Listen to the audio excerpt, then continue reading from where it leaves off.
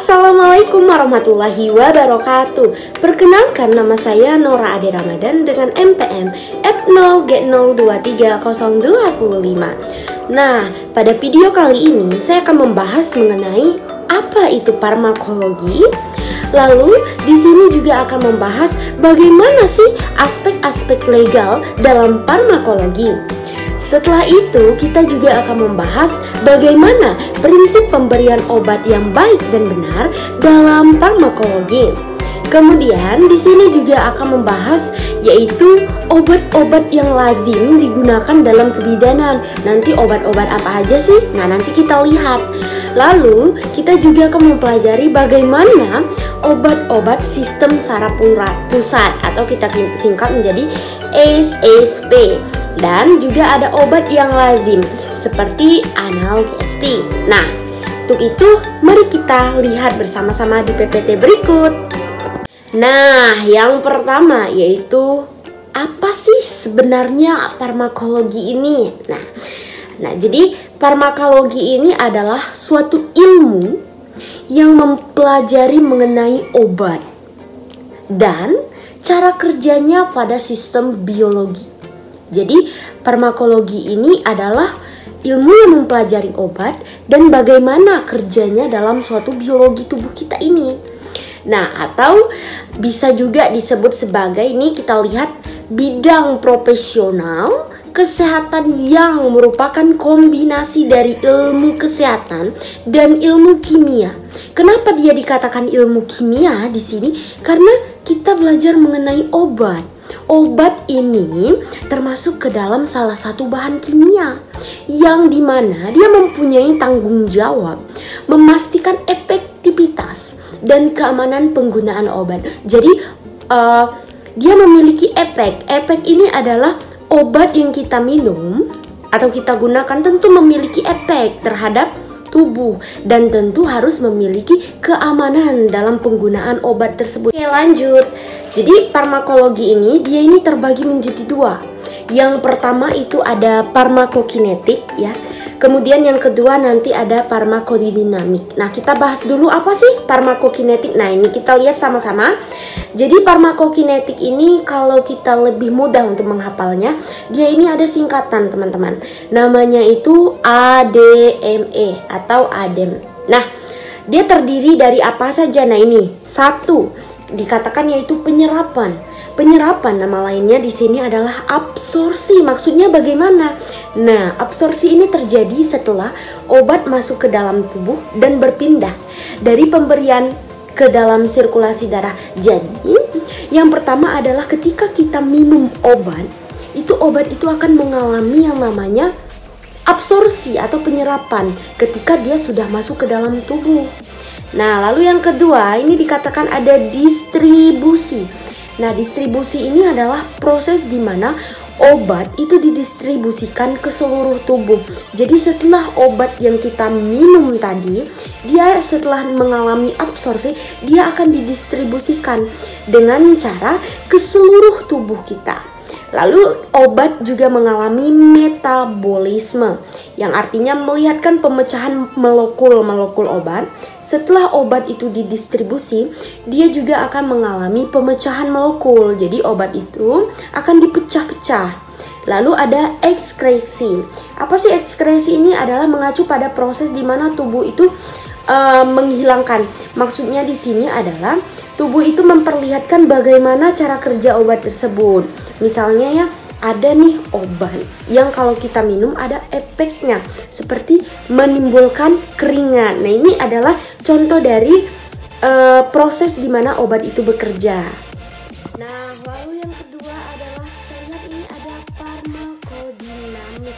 Jadi farmakodinamik ini adalah di mana ketika ini saat obat bekerja atau bergerak melalui aliran darah, obat itu akan menunjukkan afinitas unik terhadap situs reseptor obat, yang berarti beberapa kuat obat tersebut berkaitan dengan situs reseptor obat. Nah, lalu juga dikatakan di sini ya, obat dan reseptor itu membentuk sebuah gembok dan kunci. Jadi pada farmakodinamik ini kita anggap sebagai sebuah sistem gembok dan juga kunci ya, yang mempengaruhi cara kerja obat dan keberadaan obat dalam aliran darah setelah obat tersebut dikonsumsi. Nah, istilah ini kita sebut atau kita kenal dengan bioavailabilitas obat. Nah, ini bioavailabilitas obat. Nah, ternyata di dalam farmakologi kita juga belajar yang namanya biofarmasi. Nah, dari kata-katanya aja kita sudah tahu bio itu artinya adalah makhluk hidup ya. Sedangkan farmasi itu adalah obat. Jadi secara umum apa sih biofarmasi ini? Nah, biofarmasi adalah ilmu yang mempelajari pengaruh pembuatan sediaan farmasi terhadap efek terapeutik obat. Nah, biofarmasi itu juga disebut dengan farmasetika atau merupakan fase yang meliputi waktu mulai dari penggunaan obat melalui mulut. Jadi, mulai dari mulut kita sampai dengan pelepasan zat aktif ke dalam cairan tubuhnya. Lalu ada aspek legal dalam pemberian obat. Aspek legal tentu itu berkaitan dengan peraturan perundang-undangan. Jadi setiap kita ya, sebagai bidan dalam pemberian obat itu tentu telah memiliki aspek tersendiri atau peraturan sendiri. Nah, peraturannya nih di sini sudah tertentu. Yang pertama ada Permenkes RI nomor 27 tahun 2017. Ini mengenai tentang izin dan penyelenggaraan praktik bidan. Kemudian yang kedua yaitu Undang-Undang nomor 4 tahun 2009 itu mengenai tentang kebidanan. Nah, next kita lihat ini ada prinsip pemberian obat. Nah, dalam prinsip pemberian obat ada beberapa hal yang memang harus kita perhatikan. Yang pertama, di sini dituliskan adalah benar pasien. Nah, berarti kita dengan memastikan identitas pasien. Sebelum kita beri obat, kita lihat dulu identitas pasien ini. Apakah benar ini pasien yang akan kita beri obat? Nah, kemudian kita juga akan melihat prinsip pemberian obat ini yaitu dari nah, kita lihat yang kedua adalah benar dosisnya. Maksudnya benar dosis ini yang seperti apa? Jadi dalam pemberian obat ini kita perhatikan dosisnya. Misalnya dosisnya 3 kali dalam sehari, ya kita beri 3 kali dalam sehari. Jangan kita beri 4 kali dalam sehari. Itu bisa mengakibatkan overdosis. Kemudian benar obat, artinya adalah dalam pemberian obat kita tepat memberikan obat. Misalkan obat ibuprofen atau pereda nyeri itu kita tetap berikan kepada pasien yang mengalami nyeri, bukan pasien yang mengalami asam lambung. Nah, lalu ada benar waktu. Benar waktu di sini adalah waktu pemberian obat itu tepat. Kemudian benar cara pemberian. Bagaimana cara kita memberi obat itu benar. Ya, tidak boleh salah-salah. Lalu ada benar informasi. Biasanya di obat itu terdapat informasi. Nah, informasi ini kita harus baca terlebih dahulu informasi dari obat ini. Apakah benar, apakah salah. Nah, lalu ada benar dokumentasi. Tentu ya, dalam setiap kegiatan itu harus melakukan yang namanya dokumentasi. Lalu selanjutnya kita belajar dari kemoterapeutika. Apa sih kemoterapeutika ini? Nah, jadi kemo itu adalah obat yang dapat membunuh parasit dan kuman di dalam tubuh inang. Nah, parasit ini contohnya apa saja? Contoh dari parasit itu adalah cacing, protozoa, kemudian ada mikroorganisme. Jadi mikroorganisme ini adalah makhluk hidup yang tidak dapat kita lihat secara mata. Maksudnya tidak dapat lihat secara mata langsung. Jadi membutuhkan alat, yaitu membutuhkan alat mikroskop. Nah, contohnya yaitu ada bakteri dan juga virus. Nah, kemudian obat yang termasuk dalam golongan ini adalah obat neoplasma. Obat neoplasma ini contohnya onolitika, sitoistika, atau obat kanker. Nah, proses kemoterapika, pasien menjalani pemeriksaan. Nah, pemeriksaan dari kemoterapeutika ini seperti apa? Yang pertama adalah tes darah. Tes darah itu harus lengkap. Kemudian pemeriksaan infeksi gigi. Apakah di giginya ini terdapat infeksi atau tidak? Nah, ini kita lihat ada pemeriksaan infeksi gigi, itu penting sekali dilakukan. Kenapa penting dilakukan? Karena infeksi gigi ini berisiko menyebar ke seluruh tubuh saat mengalami yang namanya kemo. Kemudian ada antibiotik. Nah, apa sih antibiotik ini? Jadi antibiotik ini adalah sebuah atau suatu zat yang dihasilkan oleh mikroba, terutama fungi.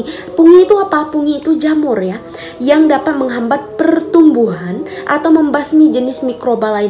Jadi dikatakan di sini bahwa antibiotik ini adalah zat yang dihasilkan oleh mikroba. Mikrobanya berupa jamur yang dapat menghambat pertumbuhan. Nah, penggunaan antibiotik yang tidak dapat menyebabkan resistensi antibiotik. Nah, contoh-contoh dari antibiotik ini apa? Nah, kalau teman-teman ingin menghafalnya, itu ingat saja ujungnya adalah lin, seperti amoxicillin, penicillin. Tetapi ada juga yang akhirannya tidak lin ya teman-teman.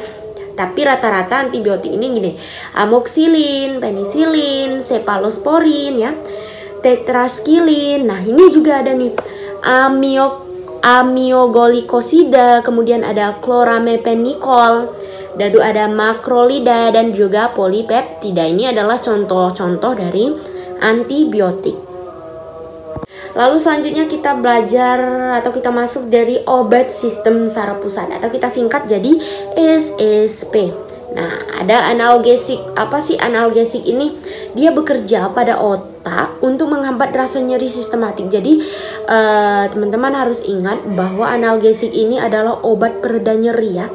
Kemudian dapat menghambatkan ketagihan atau candu terhadap golongan narkotika. Jadi analgesik ini dia ini sifatnya yaitu membuat candu. Nah, karena dia mau membuat candu, jadi dia termasuklah golongan narkotika. Memiliki efek terhadap sistem saraf pusat dan organ-organ tertentu dan tidak memiliki aktivitas antipiretik dan antiinflamasi. Nah, itulah penjelasan saya mengenai farmakologi. Saya akhiri. Wassalamualaikum warahmatullahi wabarakatuh.